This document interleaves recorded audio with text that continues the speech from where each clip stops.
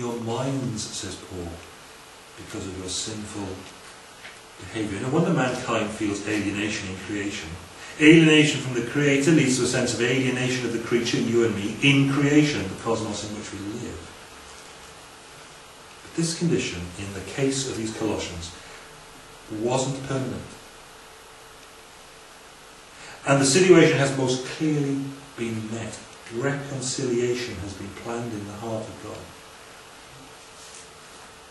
And Paul says clearly at the start of verse 21, this is where you were.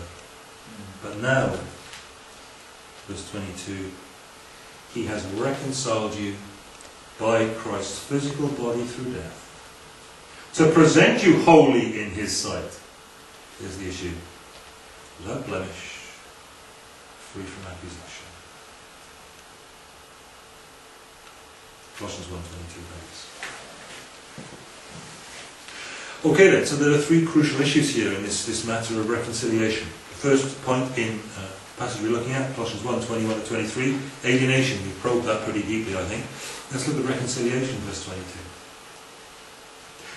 Three crucial issues here in verse 22. They have been reconciled to the one with whom they were previously at enmity, enemies in their minds because of their sinful behaviour. Secondly, this could only be achieved through direct divine intervention. God had to step in. Thirdly, the crucial event that marks the turning point for them is Christ's sacrificial death on the cross for a purpose.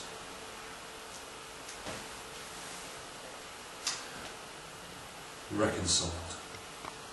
He has reconciled you. Both the manuscripts have got an aorist tense here. Something happened at a fixed point in history, a once-for-all event. There's a really sharp contrast between here drawn, and it's a very important contrast we mustn't let go in our understanding of the way things are. A very sharp contrast between these Colossian Christians, pagan past and where they are now, reconciled to God. There's a contrast between two. A conversion has taken place, a baptism has happened, a new life has begun, a turning point gets reached. Let's be careful about this. We seem to live in a culture and an age that doesn't do sort of conversion and commitment. Have you noticed? It's hard enough getting young fellas to think of committing to a young woman, isn't it? Yeah, that's hard enough. Young guys don't commit to anything. Have you noticed? They all commit to a tennis club, you know, let alone anything that matters.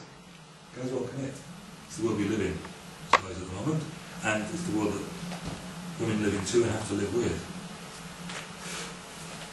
Paul says there was this situation in place, but now something completely different is the case for you.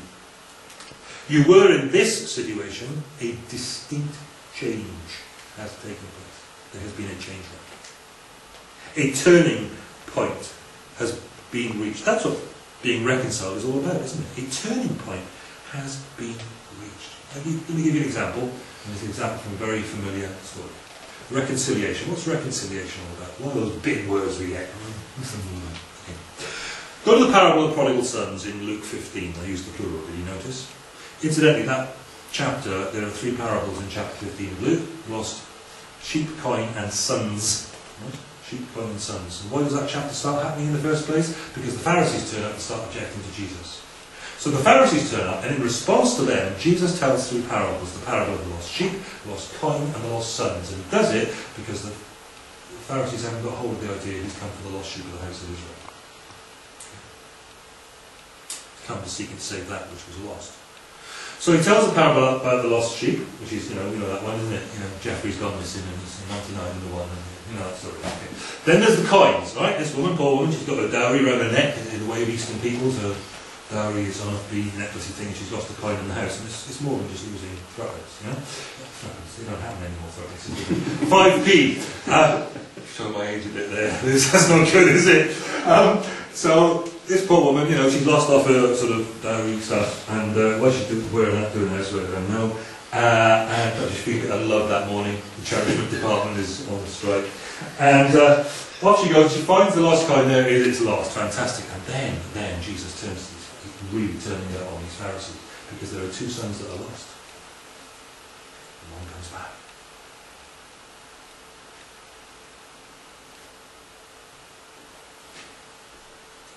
those Pharisees, think they've done nothing they need to be reconciled to God for. They refuse to be reconciled. They're like the second son, who takes offence and goes away. Not like the one who recognises and acknowledges his sin and error and failure, comes back begging for pig food, and receives reconciliation with his father. Son number one in that story goes off, having asked for his father's money, which is equivalent in those days, Bailey points out, to wishing him dead already.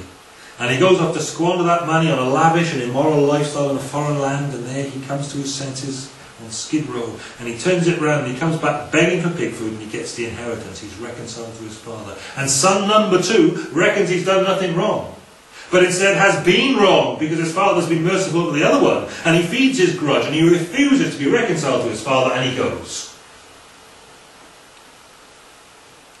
Reconciled is the experience of son number one, and it comes with huge benefits. Now he has reconciled you, says Paul to these Colossians. This is how the scene begins to look now, reconciled, like that, see? A bridge has been built between humanity and God. Across that sense, that gulf in the middle, that void of alienation. It has been done, says Paul, by the death of the Saviour. Now he has reconciled you by Christ's physical body through death. His physical body is what is needed. Implications there for those individuals at Colossae who deny the biblical truth of the incarnation. Not just having a body, but laying it down through his death. Literally it works out like this. It says literally, in his body of flesh through his death. That preposition N is instrumental. It signifies that Christ's physical body is the means by which reconciliation is effected. It had to be a physical body, because the rupture of mankind's relationship with God had taken place because of their physical life and the way they were living it. And because humanity is to the right end of the pontoon where the bridge needs to go, physical human life, the span is going to have to stretch across to that physical human life. The life that Jesus lived in a physical body, subject to the suffering that would bring this reconciliation about.